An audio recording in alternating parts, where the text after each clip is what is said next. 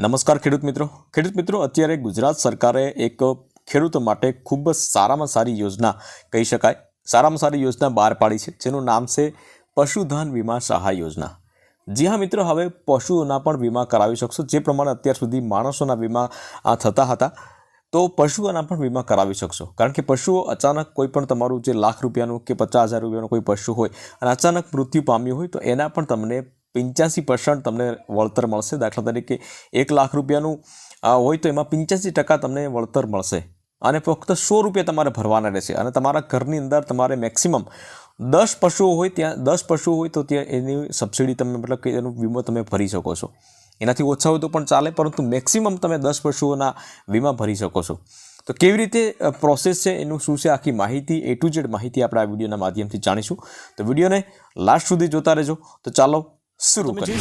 मित्रों आ 3 पेजનું नोटिफिकेशन है। आ योजनाનું નામ છે પશુધન વીમા સહાય યોજના કરીને છે અને ગુજરાતના તમામ જિલ્લાઓમાં અમલીકરણ થવાનું છે। તો આ 3 પેજની PDF છે, એમાં આપણે વિગતવાર વાત કરીએ આપણે તો અહીંયા તમે જોઈ શકો છો। અહીંયા સૌપ્રથમ જે છે લાભાર્થીની કેટેગરી, તો લાભાર્થીની કેટેગરી છે એમાં SC ST OBC APL BPL કોઈ પણ વ્યક્તિ છે એ આમાં વીમો કરાવી શકશે, मतलब 100 રૂપિયા ભરી અને પોતાના પશુનો વીમો કરાવી શકે છે। ત્યાર પછી તમે જોઈ શકો છો વીમા પ્રીમિયમ પર નેશનલ લાઇવ સ્ટોક मतलब કે NLM ની મળતી સહાયની ટકાવારી કેટલી છે, તો કે 85% સહાય તમને મળવા પાત્ર રહેશે અને વીમા પ્રીમિયમ પર લાભાર્થીએ ભરવાની રકમ જે છે પ્રતિ પશુ એક પશુ દીઠ તમારે 100 રૂપિયા આપવાના રહેશે। ત્યાર પછી વાત કરીએ આપણે આ યોજના હેઠળ લાભાર્થીને વીમા લેવા માટે પ્રતિ પરિવાર मतलब કે એક રાશન કાર્ડની અંદર સભ્ય જેટલા હોય એ પ્રતિ પરિવારની વાત કરીએ આપણે તો 1 થી 3 વેતરની વચ્ચે હોવા જોઈએ મિત્રો, બરાબર। 1 થી 3 વેતરની વચ્ચે હોય તેવા મહત્તમ मतलब કે વધારેમાં વધારે 10 પશુઓ ગાય ભેંસ વર્ગના જે શું હોય તો પ્રીમિયમ પર સબસિડી લાભ મર્યાદિત છે, मतलब કે એવા લોકોને આમાં ફોર્મ વીમો ભરી શકે છે। ત્યાર પછી ફોર્મ ક્યાં ભરવો, તો ફોર્મ એના વિશે પણ આપણે માહિતી આપેલી છે કે આ યોજના હેઠળ લાભાર્થીએ આઈ ખેડૂત પોર્ટલ ઉપર ઓનલાઈન અરજી કરી અને અરજીની પ્રિન્ટ કાઢી સહી કરી मतलब કે તમારી રીતના સહી કરવાની રહેશે અને સ્વપ્રમાણિત દસ્તાવેજોની સાથે અરજી આઈ ખેડૂત પોર્ટલ ઉપર અપલોડ કરવાની રહેશે, અથવા તો અપલોડ ના કરવી હોય તો તમારે નજીકના પશુ દવાખાને અરજી તમારે આપવા જવાની રહેશે। અને એમાં કયા કયા ડોક્યુમેન્ટ જોડવાના છે એ બધા ડોક્યુમેન્ટની અંદર તમારે આગળ પાછળ સહી કરવાની છે, એ પણ હું તમને આગળ જણાવું છું। આ યોજનામાં પસંદ થયેલા અરજદારને તેના પશુઓના વીમા લેવા માટે તેના ભાગે આવતી વીમા પ્રીમિયમની રકમ રાજ્ય સરકારે નિયુક્ત કરેલ વીમા કંપની અથવા તો તેના પ્રતિનિધિને જમા કરાવી તેની પહોંચ પોલિસીની નકલ મેળવી લેવાની રહેશે। જ્યારે સબસિડીની રકમ રાજ્ય સરકાર દ્વારા વીમા કંપનીને આપવામાં આવશે। વીમો લેતી વખતે અને દાવો રજૂ કરતી વખતે નિયત થયેલ શરતો બોલીઓનું પાલન કરવાનું રહેશે।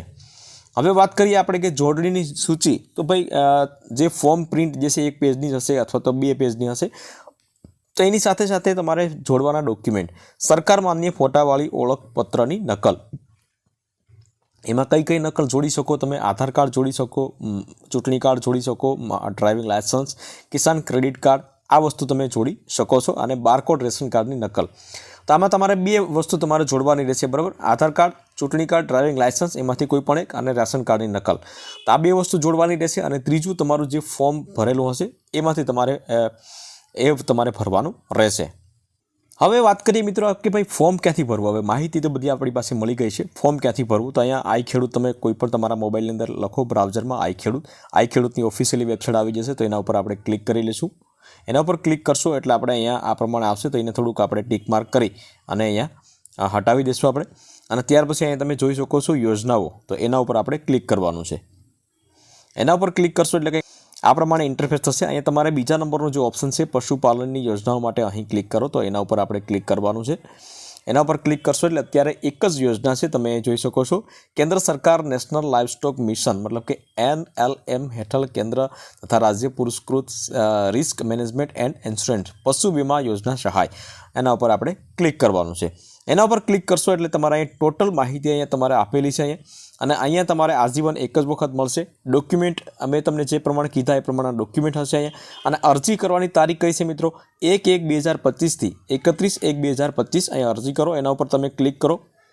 અહીં નીચે સ્ક્રોલ કરશો એટલે આ પ્રમાણે આવશે। તમે અલગ જો અગાઉ તમે ફોર્મ ભર્યું હોય તો તમે હામાં ક્લિક કરો અથવા તો નામાં ક્લિક કરો, તો અહીંયા નામાં ક્લિક કરીને આગળ વધી જઈએ આપણે। અને આટલા સ્ટેપ તમારે પૂરા કરવાના રહેશે। નવી અરજી કરવા માટે અહીં ક્લિક કરો, ત્યાર પછી અરજી અપડેટ કરવાની હોય, અપડેટ તો મતલબ જૂનું ફોર્મ ભરેલું હોય તો એમાં અપલોડ કરવાની હોય છે, બરાબર છે। અરજી કન્ફર્મ કરો તો આ નવી અરજી કરવા માટે અહીં ક્લિક કરો, એના ઉપર આપણે ક્લિક કરવાનું છે। હવે આમાં તમારી અરજદારની વિગત, બેઝિક ડિટેલ તમારે નાખવાની રહેશે, અન્ય વિગતો નાખવાની રહેશે અને ત્યાર પછી તમારે અરજી સેવ કરો, એના ઉપર તમારે ક્લિક કરવાનું છે।